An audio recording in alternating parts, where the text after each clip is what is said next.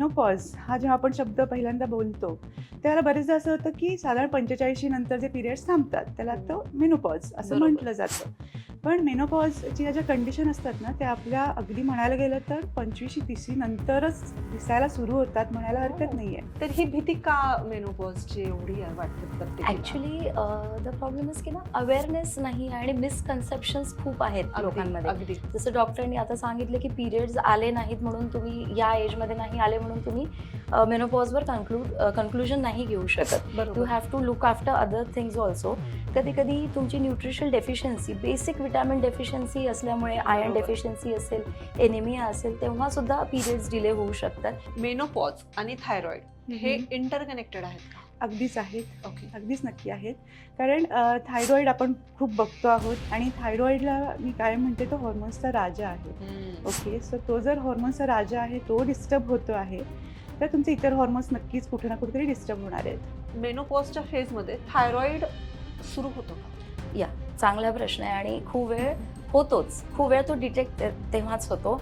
खूप वेळा जसं म्हणजे प्रेग्नन्सीमध्ये पण तेव्हा डिटेक्ट होतो. ओके. तर तुम्ही समजा की ते बॉडीमध्ये जेव्हा केव्हा काहीतरी बदल चेंजेस होत होणार असतात. आहे, ओके. तो सुप्त स्वरूपात राहतो. अजून एक असतं की अरे पिरियड्स आले हा. कुठेतरी आपण अडकल्यासारखं जे होत असतं हो, हो. त्या फेजमध्ये तुम्ही सुटणार असता यार. सो अगदी. छान एन्जॉय करायची ती फेज सुद्धा. फक्त हॉर्मोन्स जो इम्बॅलन्स होत असतो त्यामुळं शारीरिक आणि मानसिक जो बदल होत असतो तो आपल्याला योग्य पद्धतीने करणं गरजेचं आहे. कारण जेव्हा आपण थायरॉइड आणि मेनोपॉज ह्या दोन्ही गोष्टी बोलतो आहोत त्यावेळेला जे मूड स्विंग्स आता आपण म्हणालो किंवा हॉट फ्लशेस ह्या ज्या गोष्टी आपण म्हणालो त्या थोड्या जास्त ॲग्रिवेट होऊ शकतात. ओके. सो अशा वेळेला पॅनिक व्हायचं नाही आहे. योग्य आपल्याला काळजी घ्यायची आहे शारीरिक आणि मानसिक.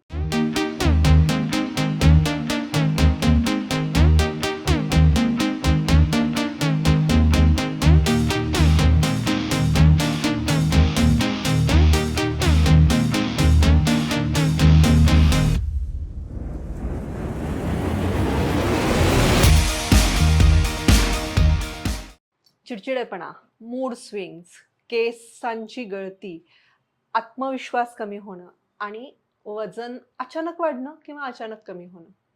परत ह्यामध्ये अजून एक ॲडिशन म्हणजे हॉट फ्लशेस. ह्या सगळ्या गोष्टींचा अनुभव 40 नंतरची प्रत्येक स्त्री घेतच असते. पण आपण हा विचार करतो की स्त्री म्हटलं की हा एक आयुष्याचा भागच झालाय. पण आपण लक्षात घेतो का ही लक्षणं जी आहेत ही मेनोपॉजची लक्षणं असू शकतात. तर मग म्हणजे नेमकं काय मेनोपॉज हा शब्द खूप मोठा येतोय आणि मला तर वाटतं आपल्या आजीच्या काळात हा शब्द माहिती तरी होता का हो? कदाचित नसेल, कारण त्यांनी हीच फॅक्ट ॲक्सेप्ट केली होती की हे एक स्त्रीच्या आयुष्यातला अविभाज्य भाग आहे. पण हल्ली आपल्या दैनंदिनीमुळे किंवा आपल्या सेडेंटरी लाईफस्टाईलमुळे ह्या गोष्टींमध्ये जास्त वाढ झाली आहे किंवा अगदी लवकर मेनोपॉज येतोय किंवा अगदी फार उशिरा मेनोपॉज येतोय. ह्या गोष्टी बऱ्याचशा घडायला लागलेल्या आहेत. तर मेनोपॉज म्हणजे शरीराकडे लक्ष देण्याची गरज आहे का की नुसता सहन करण्याचा टप्पा आहे? ह्या गोष्टींचा विचार करणं तेवढाच गरजेचं आहे. नमस्कार, मी संपदा हुद्देदार आज एक तुमच्यासाठी खूप महत्त्वाचा विषय घेऊन आलेली आहे आपल्या थायरॉइडवरील पहिल्या मराठी पॉडकास्ट मध्ये म्हणजेच थायरो संवादमध्ये. मला माहिती आहे प्रत्येक स्त्रीच्या हा अगदी जवळचा विषय आहे. म्हणूनच आजच्या ह्या एपिसोडमध्ये आपण मेनोपॉज म्हणजे नेमकं काय, मेनोपॉजमुळे आणि ज्या व्यक्तींना थायरॉइड आहे आणि मेनोपॉजची सुरुवात झालेली आहे अशांच्या शारीरिक, मानसिक आणि हार्मोन्समध्ये काय बदल होतात ह्या सगळ्या गोष्टींवर आपण चर्चा करणार आहोत. आज आपल्यासोबत आहेत doctor Chandrashree Kulkarni, thyroid free for ever ह्या संस्थेच्या संस्थापिका, थायरॉइड रिव्हर्सल स्पेशालिस्ट, आणि त्यांच्यासोबत आहेत डॉक्टर दीप्ती धर्ममाळी, ज्या 15 वर्षांचा अनुभव आपल्या गाठीशी घेऊन आज आपल्यासोबत सिनियर कन्सल्टंट म्हणून काम करतायत थायरॉइड फ्री फॉर एव्हर या संस्थेमध्ये. चला दोघींचंही स्वागत करूया. तुमच्या दोघींचंही खूप खूप स्वागत आणि थँक्यू सो मच की हा एवढा महत्वाचा विषय आज तुम्ही दोघी आलेले आहात हा विषय डिस्कस करण्यासाठी. नक्कीच. म्हणजे आपण तिघी एकाच सेम एजच्या आहोत जवळपास, अगदी, थोडाफार अगदी. मागे पुढे फरक, आणि ह्यातनच जातोय. अगदी म्हणजे, खरं आहे. ज्या विषयावर बोलायचं आहे त्या आपण ऑलरेडी गो थ्रू करतोय त्या सगळ्या अगदी. फेजेस मधून, सो अगदी. नक्की आपण त्याच्यावर हायलाईट करू शकतो. हायलाईट करू शकतो. आणि जशी मी सुरुवात केली की प्रत्येक म्हणजे बऱ्याचशा स्त्रियांना वाटतं की हा एक भागच आहे आयुष्याचा, म्हणून लक्ष देत नाहीत किंवा मोकळेपणी बोलत पण नाहीत. म्हणून मला असं आज जाणवलं की हा विषय पण तितकाच गरजेचा आहे की जिथे आपण बोलणं गरजेचं आहे. अगदीच. Thank you so much. तर डॉक्टर, Yes. सुरुवातच आपण अशाने करूया हम्म. की मला जाणून घ्यायचंय की नेमकं मेनोपॉज म्हणजे काय ओके, आणि लक्षणं दिसतात का, तर ती कुठली आहेत? करेक्ट. सो मेनोपॉज हा जेव्हा आपण शब्द पहिल्यांदा बोलतो, त्याला बरेचदा असं होतं की साधारण 45 नंतर जे पिरियड्स थांबतात त्याला तो मेनोपॉज असं बरोबर. म्हटलं जातं. पण मेनोपॉजच्या ज्या कंडिशन असतात ना, त्या आपल्या अगदी म्हणायला गेलं तर 25-30 नंतरच दिसायला सुरू होतात, म्हणायला हरकत हो. नाहीये. ओके. सो स्त्रियांनी तयार राहणं गरजेचं आहे की जसं पिरियड्स येणार आहेत, प्रेग्नन्सी राहणार आहे, तसंच मेनोपॉज सुद्धा येणार आहे. बरोबर. सो तुम्ही त्यासाठी तयार राहणं गरजेचं आहे. सो मेनोपॉजमध्ये एक्झॅक्टली होतं काय, जे इस्ट्रोजन आणि प्रोजेस्टेरॉन हे स्त्री हॉर्मोन्स असतात, बरोबर. ते हळूहळू कमी व्हायला लागतात जसं वय आपलं वाढत जातं. आफ्टर 45 साधारण मेनोपॉज येतो. सो हे हॉर्मोन्स नॅचरलीच कमी होत जातात आणि पिरियड्स पूर्णतः थांबतात. याला मेनोपॉज म्हणतात. पण ह्याच्या स्टेजेस जसं मी म्हटलं की 25-30 पासून त्या दिसायला सुरुवात होऊ शकते. जनरली 35-40 मध्ये हे सिम्पटम्स दिसतात. ओके. जसं की पिरियड्स थोडेसे इरेग्युलर झालेले आहेत किंवा हेवी फ्लो होतो आहे किंवा फ्लो कमी होतो आहे. बरोबर. सो अशा पद्धतीचे सिम्पटम्स त्यावेळेला दिसायला सुरुवात होणं स्वाभाविक असतं. बरोबर. सो याला आपण थोडंसं ना प्री मेनोपॉज म्हणू शकतो. हम्म. त्याच्यानंतरची स्टेज असते ती पेरीमेनोपॉज, म्हणजे ओके. पुढचे 35 ते 45 पर्यंतची ज्या त्या 10 वर्षातली स्टेज आहे त्याला पेरीमेनोपॉज म्हणतो. मग बरं. त्याच्यामध्ये हे सिम्पटम्स थोडे ॲग्रिवेट झालेले आपल्याला दिसतात. बरं. पिरियड्समध्ये फ्लक्च्युएशन्स खूप दिसायला लागतं आणि फिजिकल लेवलवरती सुद्धा आपल्याला चेंजेस दिसतात. बरं. मग हेअरफॉल आहे किंवा जसं मगाशी तू म्हणालीस वजन अचानक कमी होते, अचानक वाढतं आहे. मूड स्विंग्स खूप जास्त होत आहेत. दुसरं आहे की ऑस्टिओपोरोसिस, म्हणजे बोन हेल्थ थोडीशी आपली डिटोरिएट व्हायला लागते. बरं. सांधे दुखायला लागत आहेत. बरेचदा गुडघे दुखणं, नी पेन हे खूपदा पेशंट्सना अर्ली स्टेजमध्ये जाणवायला लागतं. सो या कंडिशनमध्ये सुद्धा आपल्याला ते समजून घेणं गरजेचं आहे की काहीतरी शरीरामध्ये बदल होत आहेत, हे बरोबर. हॉर्मोन्समध्ये चेंज होत आहेत आणि आपण त्या दृष्टीने तयार राहणं, शरीराला तयार करणं तितकंच महत्त्वाचंही आहे. ओके. सो मेनोपॉझल स्टेज जेव्हा येते त्यावेळेला साधारण 3 महिने 6 महिने पिरियड्स आलेले नाही आहेत. सो हे तुमचं मेनोपॉजचं लक्षण, अगदी सुरुवात अगदी म्हणू शकतो आपण. आणि पण ते म्हणजेच मेनोपॉज का, तर तिथेही थोडं आपल्याला लक्ष देणं गरजेचं आहे. कारण जनरली म्हणजे साधारण पिरियड्स आल्यानंतर ते 45 एजपर्यंत ती स्त्री जी आहे तिचं शरीर जे आहे ते सेक्शुअली ॲक्टिव्ह आहे असं आपण म्हणतो. बरोबर. सो जेव्हा आपल्याकडे असं पेशंट येतो आहे तेव्हा हे समजून घेणं फार महत्त्वाचं आहे की फक्त तिचे पिरियड्स 3-4 महिने डिले झालेत म्हणजे ती मेनोपॉजमध्येच आहे का. सो तसं लगेच आपण शिक्कामोर्तब न कन्क्लूड करता, करणं गरजेचं नाही. येस, सो आपण मे बी प्रेग्नन्सीची काही हिस्ट्री नाही येणार, सो आपल्याला ते आधी समजून घेणं गरजेचं आहे. आणि ऑफकोर्स तशी काही हिस्ट्री नाही आहे तर ते मेनोपॉझल सिम्पटम्स दिसत आहेत हे आपण म्हणू शकतो. आणि साधारण जेव्हा पूर्ण वर्षभर 12 महिने आपल्याला पिरियड्स आलेले नाही आहेत, सो तिथं ते शिक्कामोर्तब होतं की येस हे मेनोपॉज आहे. आणि त्यानंतरची फेज जी आहे ती मेनोपॉझल फेज किंवा पोस्ट मेनोपॉझल फेज असं आपण ते म्हणू शकणार आहोत. ओके. ओके. मला डॉक्टर तुम्हाला एक प्रश्न विचारायचा आहे की जनरली असं होतं की म्हणजे समजा मी सांगितलं मैत्रिणींमध्ये गप्पा होतात की अगं माझे केस खूप गळतात किंवा अगं 2-3 महिने झाले माझे पिरियड्सच आले नाही आहेत. अचानक मैत्रिणी किंवा आजूबाजूच्या जे आहेत सजेस्ट करतात किंवा कन्क्लूड करतात, बघ बरं का मेनोपॉज सुरू झाला असेल. आणि न कळतपणे एक भीती किंवा आपण म्हणतो ना डाऊट इंजेक्ट करतात त्या स्त्रीमध्ये.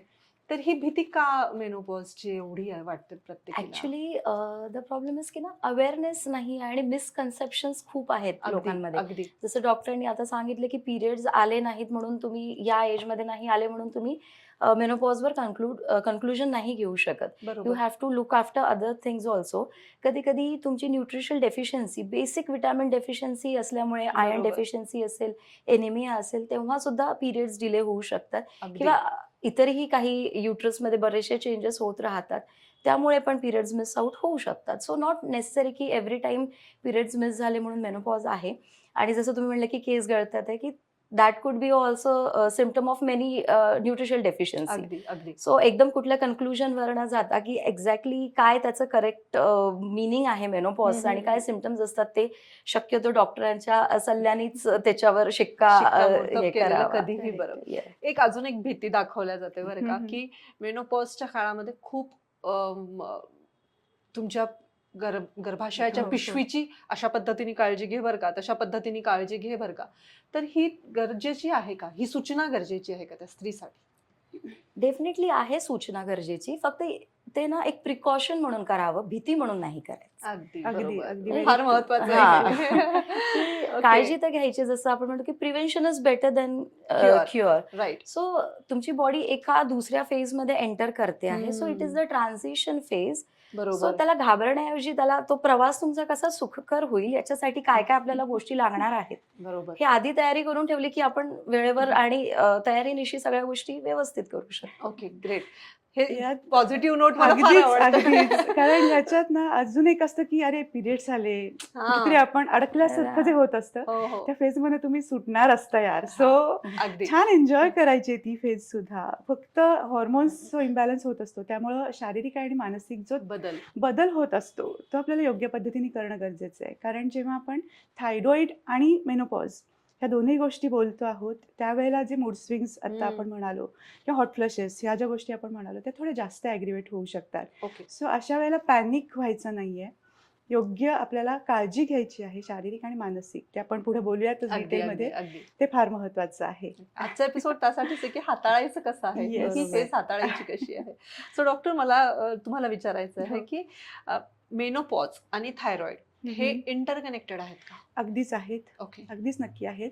कारण थायरॉइड आपण खूप बघतो आहोत आणि थायरॉइडला मी कायम म्हणते तो हॉर्मोन्सचा राजा आहे. ओके. सो तो जर हॉर्मोन्सचा राजा आहे, तो डिस्टर्ब होतो आहे, तर तुमचे इतर हॉर्मोन्स नक्कीच कुठे ना कुठेतरी डिस्टर्ब होणार आहेत. प्लस वयानुसार जे इस्ट्रोजन, प्रोजेस्टेरॉन कमी व्हायला लागतं. सो या इस्ट्रोजन हॉर्मोनला सुद्धा ना आपण थोडंसं सुपरवायझर म्हणू शकतो सगळ्या बरं. हॉर्मोन्सचा. बरं. सो या सुपरवायझरचं काम काय असतं की ठीक आहे थायरॉइडचा कंट्रोल करणं हे जर काम आहे, तर इस्ट्रोजनचं काम आहे सगळे हॉर्मोन्स काम नीट करतायत की नाही याचं बघा. सुपरविजन करणं. हम्म. सो हे जेव्हा कमी व्हायला लागतं त्यावेळेला इतर हॉर्मोन्स अजूनच रिलॅक्स होतात कारण का थायरॉइड डिस्टर्ब आहे आणि सुपरवायझरही काम करत नाही आहे. अगदी. तर मग शरीरामध्ये सगळेच डिस्टर्बन्स होऊ शकतात. त्यामुळे हे दोन्ही एकमेकांशी नक्कीच इंटरलिंक्ड आहेत. जसं की आपण आपल्या प्रेग्नन्सीच्या पण एपिसोडमध्ये बोललो होतो की LH आणि FSH हे पण हो. जे स्त्री हॉर्मोन्स आहेत तेही आपल्या TSH जिथून सिक्रेट हो. होतं पिच्युटरी ग्लँडमधून, ब्रेनमधून तिथूनच सिक्रेट होतात. त्यामुळं या गोष्टी एकमेकांशी नक्कीच इंटरलिंक्ड आहेत. ओके. आणि इथं जर आपण थायरॉइडची हम्म. काळजी योग्य नाही घेतली तर मेनोपॉज आपल्याला योग्य पद्धतीने आपण हँडल नाही करू शकत. ते सिम्पटम्स थोडेसे जास्त वर्सन किंवा ॲग्रिवेट होऊ शकतात. ओके. सो म्हणजे आता तुम्ही मला एका याचं उत्तर दिलंच आहे की ज्या स्त्रियांना थायरॉइड आहे आणि मेनोपॉजच्या ह्या फेजमध्ये यांचा थायरॉइड वर्सन होतो असं तुम्ही म्हणताय. ओके.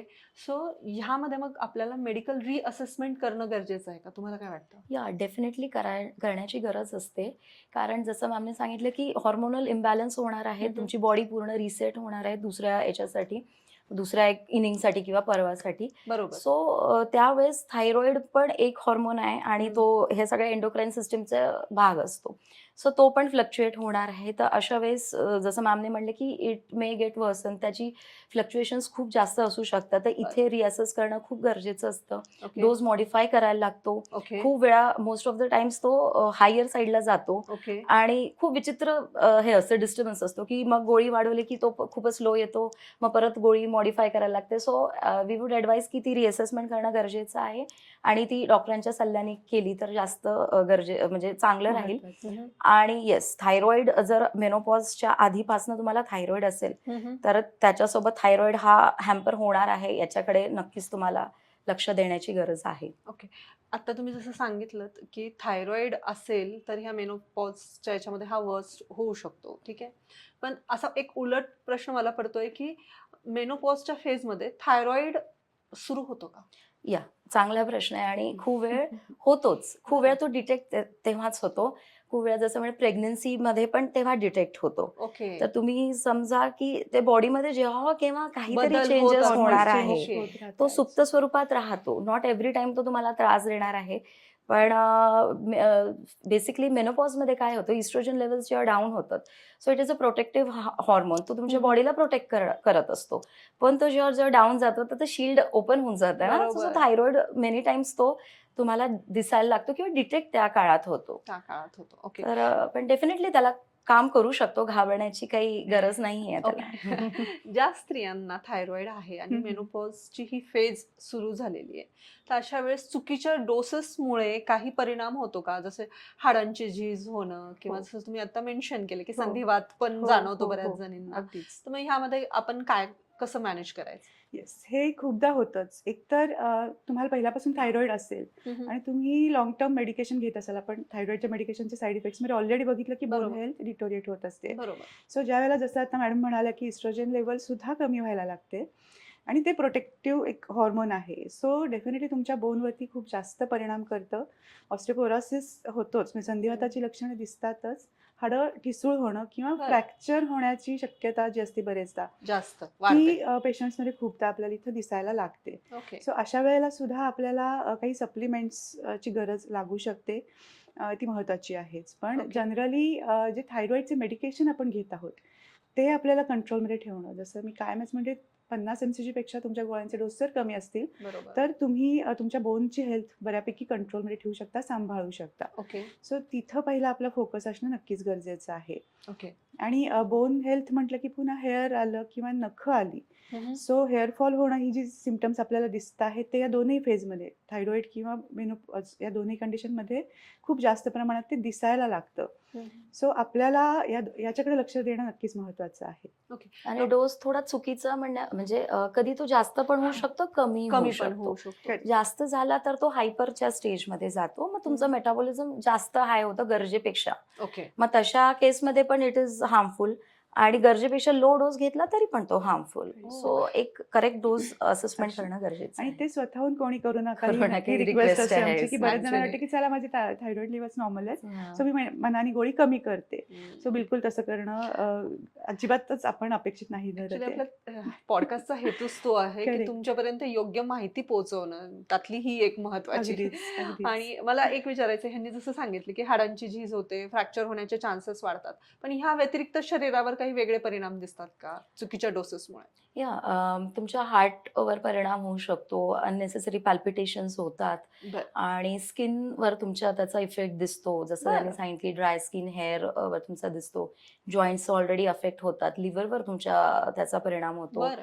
तुमच्या डायजेस्टिव्ह सिस्टीमवर त्याचा परिणाम होतो. ओके. सो थायरॉइड जसं यांनी म्हणलं की राजा आहे ना तो सगळ्या हो, गोष्टींचा. अगदी. तर मग तो बिघडला की तो सगळ्याच सिस्टीमला थोडं थोडं थोडं सगळीकडे ते बिघडतं. आणि खूप महत्वाचं आहे डॉक्टर, कारण बऱ्याच जणींना कदाचित हे माहितीच नसेल. आपण वरवरची लक्षणं बघतो, चिडचिडेपणा म्हण किंवा हो, मूड हो, स्विंग्स, हो, हो. हॉट फ्लशेस आणि केस गळती, ज्यामुळे केस गळतीमुळे तर जास्त परिणाम होतो. अगदी. Yeah. फक्त इथपर्यंतच आपण लक्ष देतो, पण जसं तुम्ही आता म्हणालात की लिव्हर आहे, हार्ट आहे, तुमची किडनी फंक्शनिंग आहे, अगदीच. ह्या सगळ्या गोष्टींवर पण जर इन्सुलिन परिणाम होत असेल, रेझिस्टन्स पण इन्सुलिन वाढायला रेझिस्टन्स लागतो. आहे, सो एक्झॅक्टली, डायबेटिक ह्या सुद्धा कंडिशन्सकडे गोष्टी जाण्याची लक्षात ठेवणं शक्यता. गरजेचं आहे. अगदीच. ओके. ऍक्च्युली प्रॉब्लेम तोच आहे ना, स्त्रिया म्हणजे प्रायोरिटी कशाला देतात कधी कधी खरंच विचार मोठा करण्याची प्रश्न आहे मोठा तो. प्रश्न आहे. Exactly, exactly. ह्यांनी जसं सांगितलं आता की बोन वर परिणाम होतो, हाडांची झीज, तर ह्यामध्ये मसल स्ट्रेंथनिंग किंवा असे काही एक्सरसाइजेस परिणामकारक आहेत का?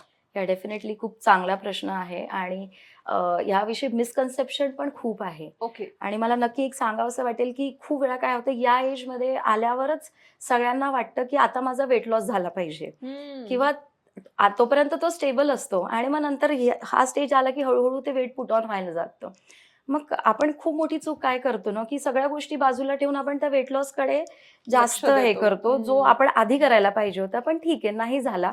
पण आता गरज काय आहे, की तुमच्या बॉडीला हेल्दी ठेवण्याची गरज आहे. अगदी बरोबर. मग अशा वेळेस खूप वेळ चुकीच्या पद्धतीचे व्यायाम केले जातात, खूप अननेसेसरी कार्डिओ एक्सरसाइजेस आणि हे केले जातात.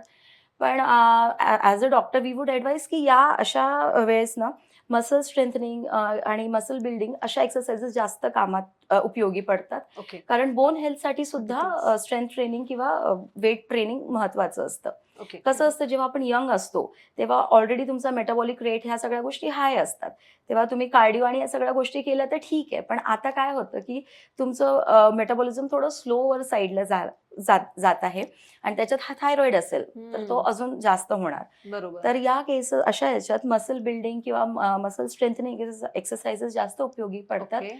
कारण ते तुमचा मेटाबॉलिक रेट वाढवणार आहे. Okay, great. BMR is what की रेस्टिंग मेटाबॉलिझम, म्हणजे बॉडी जेव्हा रेस्टिंग फेजमध्ये असते तेव्हा ती किती कॅलरीज यूज करते किंवा मग तो रेट कमी होतो, मग तेव्हा तुमचं वेट गेन होत राहतं. बरं. जेव्हा तुमचा मसल चांगला असेल ना, so muscle is a energy source, बरोबर. की त्यातनं ती एनर्जी बॉडी युटिलाइज करत राहते. म्हणून मग मसल बिल्डिंग किंवा स्ट्रेंथ ट्रेनिंग किंवा वेट ट्रेनिंग हे जास्त Equally आता important गरजेचं आहे. आहे. Okay. You can always combine your routine, की थोडं कार्डिओ एक्सरसाइज करूयात, थोडं वेट ट्रेनिंग करूयात, थोड्या टोनिंग एक्सरसाइज करूयात. सो हे नक्की सजेस्ट करेल की पण त्या तुमच्या रुटीनमध्ये वेट ट्रेनिंग किंवा Add स्ट्रेंथ करणं ट्रेनिंग गरजेचं नक्की ऍड खूप करा. खूप ओके. महत्त्वाचा मुद्दा मॅडम इथं सांगितला, कारण बरेचदा स्त्रियांना असं वाटतं की स्ट्रेंथ ट्रेनिंग हे फक्त पुरुषांनी करायचं असतं. मला काय गरज आहे, मी बरोबर. छान दिसले पाहिजे, मी नाजूक साजूक दिसले पाहिजे किंवा असं. पण तुम्ही नाजूक साजूक आहात तरीही तुम्ही स्ट्रेंथ बिल्ड करणं फार महत्त्वाचं आहे. सो अगदी. फक्त कार्डिओ करून उपयोग बिलकुलच नाहीये. सो प्रॉपर व्यवस्थित ट्रेनिंग घेऊन योग्य तज्ज्ञांच्या मार्गदर्शनाखाली ते स्ट्रेंथ ट्रेनिंग करा. अदरवाईज बोन हेल्थ कमी ढासळली आहे हो. आणि तुम्ही स्ट्रेंथ ट्रेनिंग करायला गेलात तर ते अजूनही त्रासदायक होऊ अगदी शकतं. बरोबर. तुम्ही दोघींनी आता इतका महत्वाचा मुद्दा सांगितला की स्त्रिया जनरली मग वजनाकडे जास्त लक्ष देतात अननेसेसरीली. ओके. पण ह्यामध्ये मग एक फॅड येतं अचानक, कोणी काहीतरी सजेस्ट करतो, मी हा क्रॅश कोर्स केला होता डाएटचा किंवा मी हे सुरू केलंय बरं का, त्यामुळे माझं वजन असं असं कमी झालेलं आहे, तू पण करून बघ. सो हे जे आपण म्हणतो सोशल मीडिया गुरु असतात हो, हो, हो. किंवा Googles. किटी ग्रुप मधले जे गुरु असतात, हे अशा काहीतरी टिप्स देतात आणि आपण अननोईंगली ह्या गोष्टी फॉलो करायला लागतो. तर हे जे फॅड्स आहेत, डाएट क्रॅश कोर्स म्हणा किंवा हे कोणी सजेस्ट केलेले, हे कितपत योग्य आहेत डॉक्टर ह्या फेजमध्ये थायरॉइड असणाऱ्या स्त्रियांच्या मेनोपॉज मध्ये? सी हे कसं असलं पाहिजे, डाएट आणि हे जे काही असेल फास्टिंग किंवा सगळ्या गोष्टी ना थोड्या पर्सनलाइज्ड असतात. बरोबर. आज मला सूट झाली आहे म्हणून तुम्हाला सूट होईल असं नाही अगदी आहे. बरोबर. आणि जर या फेजमध्ये ऑलरेडी बॉडी खूप जास्त स्ट्रेसमध्ये असते, इन्फ्लेमेशन असतं आणि अशा याच्यात अननेसेसरी फास्टिंग आणि या गोष्टी केल्यात ना, तर त्यांनी अजून जास्त बॉडीला स्ट्रेस येतो आणि बॉडी एक प्रोटेक्टिव्ह मोडमध्ये जातो, की स्टार्वेशन मोड, की याला काही मिळत नाहीये, आता मी स्टोअर करते कारण मला जीव वाचवणं गरजेचं आहे. फॅटचं मला काही, वेटचं मला काही लेणे देणं नाहीये. सो ते ब्रेन त्या अँगलनी त्याला तसं स्टिम्युलस जातो. So we would definitely advise की अशा याला आहारी जाऊ नये. जे काही करायचं डाएट मधले चेंजेस ते तज्ज्ञांच्या सल्ल्याने करा. बरोबर. बरोबर. बऱ्याचशा आहेत गोष्टी, फास्टिंग आहेत किंवा क्रॅश कोर्सेस असतात, पण त्या तेवढ्या पुरतीच मर्यादित असतात. कारण आम्ही लॉंग टर्म नाहीये या त्याचे परिणाम आणि काही. आपल्याकडे जे पेशंट्स येतात त्यांच्या अनुभवावरून आम्ही सांगतो, खूप जण सगळे करून आलेले असतात. ते सांगतात की रिपीटेड गोष्टी, रिपीटेड ऑर्गनायझेशन थ्रू आम्ही त्या सगळ्या गोष्टी केल्या, छान 10-12 किलो वेट कमी झालंय, पण ॲज लॉंग एज ते आहे तोपर्यंत आहे, पण बंद केलं की ते परत तुमचं फुटवून होणार. होतं. ओके. इथं अजून एक प्रश्न असतो बरं का, की बरेचदा असं एक मिसकन्सेप्शन आहे की मेनोपॉझल एजमध्ये जे फॅट वाढतं ना ते चांगलं असतं. Oh really? असं पण एक ते मिथ आहे पण. कारण असं म्हणलं जातं की इस्ट्रोजन जे कमी होतं, सो तुमचं फॅट वाढतंय, तुम्हाला ते इस्ट्रोजनची जी कमी जाणवते ते थोडंसं मेंटेन ठेवण्याचं काम करण्यासाठी ते केलं जातं. पण तसं बिलकुल नाही आहे. म्हणजे असं जर हो. कोणी सांगत असेल तर ते चुकीचं आहे. ओके. तुम्ही कुठल्याही स्टेजमध्ये असाल, एक्सेसिव्ह फॅट हे तुम्हाला त्रासदायकच असणार आहे आणि ते बरोबर. योग्य पद्धतीने कमी करणं फार महत्त्वाचं आहे. ओके. खूप छान मुद्दा सांगितलात Yes. तुम्ही. मला आता ह्या अनुषंगाने अजून एक असं विचारावं असं वाटतंय की हे जे डेडली कॉम्बिनेशन होतं थायरॉइड आणि मेनोपॉज, तर ह्यामध्ये मग तुमच्या गट हेल्थवर किंवा डायजेशन सिस्टीमवर काही परिणाम होतो का? तुम्हाला काय अगदी वाटतं? अगदी नक्कीच होतो. कारण थायरॉइड आपण काय म्हणतोय, मेटाबॉलिझम पूर्ण डिस्टर्ब असतं. Disturb ऑलरेडी असतं. पूर्ण ते काय म्हणूयात की काम करणं त्याचं अगदी कमी झालं असतं, फंक्शनिंग कमी झालेलं असतं. आणि अशा स्टेजमध्ये जेव्हा हे इस्ट्रोजन, प्रोजेस्टेरॉन सुद्धा कमी व्हायला लागतं, त्याचं जे थोडंसं इमोशनल प्रेशर सुद्धा आपल्याला यायला लागतं, त्याचाही परिणाम गट हेल्थवरती नक्कीच होतो आहे. बरं. येस. सो या दोन्हीमुळं एकतर इनडायजेशन आहे किंवा ॲसिडिटी वाढणं आहे, ब्लोटिंग व्हायला लागणं आहे, कॉन्स्टिपेशन होणं आहे, या गोष्टी खूप जास्त वाढलेल्या दिसतात. आणि जसं की थायरॉईडमध्ये ॲब्सॉर्प्शन कमी असतं, त्यामुळं बऱ्यापैकी आपण बऱ्याच स्त्रिया की 40 नंतर चला मल्टीव्हिटॅमिन घेऊयात, काहीतरी सप्लिमेंट्स घेऊयात म्हणून त्या करतही असतात. पण योग्य पद्धतीचा डाएट नसेल आणि योग्य पद्धतीने तुम्ही त्या सिस्टीमला इम्प्रूव्ह केलं नसेल, तर तुम्ही सप्लिमेंट्स घ्या किंवा योग्य डाएट घ्या, तर तुमच्या शरीराला युटिलाइज होत नाही. सो सगळ्यात पहिल्यांदा इम्पॉर्टंट आपली डायजेस्टिव्ह सिस्टीम जी डिस्टर्ब झाली आहे, त्याला आपल्याला ॲक्टिवेट करणं गरजेचं आहे. सो मग जो काही आपण हेल्दी डाएट घेणार आहोत किंवा जे काही सप्लिमेंट्स घेणार आहोत, ते आपल्या शरीराला युटिलाइज होऊ शकणार आहेत. ओके. इतकं छान सांगितलं आत्ता, म्हणजे मी स्वतः कुठेतरी बघतीये ह्यामध्ये, की तुम्ही जसं आत्ता म्हणालात, की सिस्टीम ॲक्टिव्हेट होणं गरजेचं आहे किंवा त्या सिस्टीमनुसार जाणं गरजेचं आहे. फक्त मी अगदी. सप्लिमेंट्स घेतेय, बाकी कुठलीही ॲक्टिव्हिटी करत नसेल, तर मग हे अर्धवट ज्ञान आहे आणि आपण नको खरंय. ते आजार मग परत अजून बरोबर. आमंत्रणच घेतो देत आहे. असू कदाचित ह्या सगळ्या अगदीच, गोष्टींमुळे. अगदीच. आणि कसं आहे की जसं यांनी म्हटलं की स्लो झालेले असतात, की इंटेस्टायनल मुवमेंट तुमची स्लो झालेली असते, ॲब्झॉर्प्शन स्लो झालेला असतो. तर जोपर्यंत ते सुधारणार नाही, तुम्ही अननेसेसरी सप्लिमेंट घेऊन तो लिव्हरवर लोड येतो. इट कॅनॉट प्रोसेस, त्याचा बरोबर. उपयोग होतच नाही तुम्हाला. बरोबर. तर त्यांनी म्हणे या केसेसमध्ये तुम्हाला खूप वेळा गॉल ब्लॅडर स्टोन्स आणि ह्या गोष्टी दिसतात, कारण तुमचं डायजेस्टिव्ह सिस्टम थोडंसं स्लोअर साईडला जातं, मुवमेंट स्लो होतात, इंटेस्टाईनच्या ॲसिड जे फॉर्मेशन असतं डायजेशनसाठी ते कमी होऊन जातं. सो ह्या सगळ्या वेळेस त्या डायजेस्टिव्ह इश्यूज जास्त वर्सन होतात किंवा वर्सन होतात. दिसायला लागतात जास्त. ओके.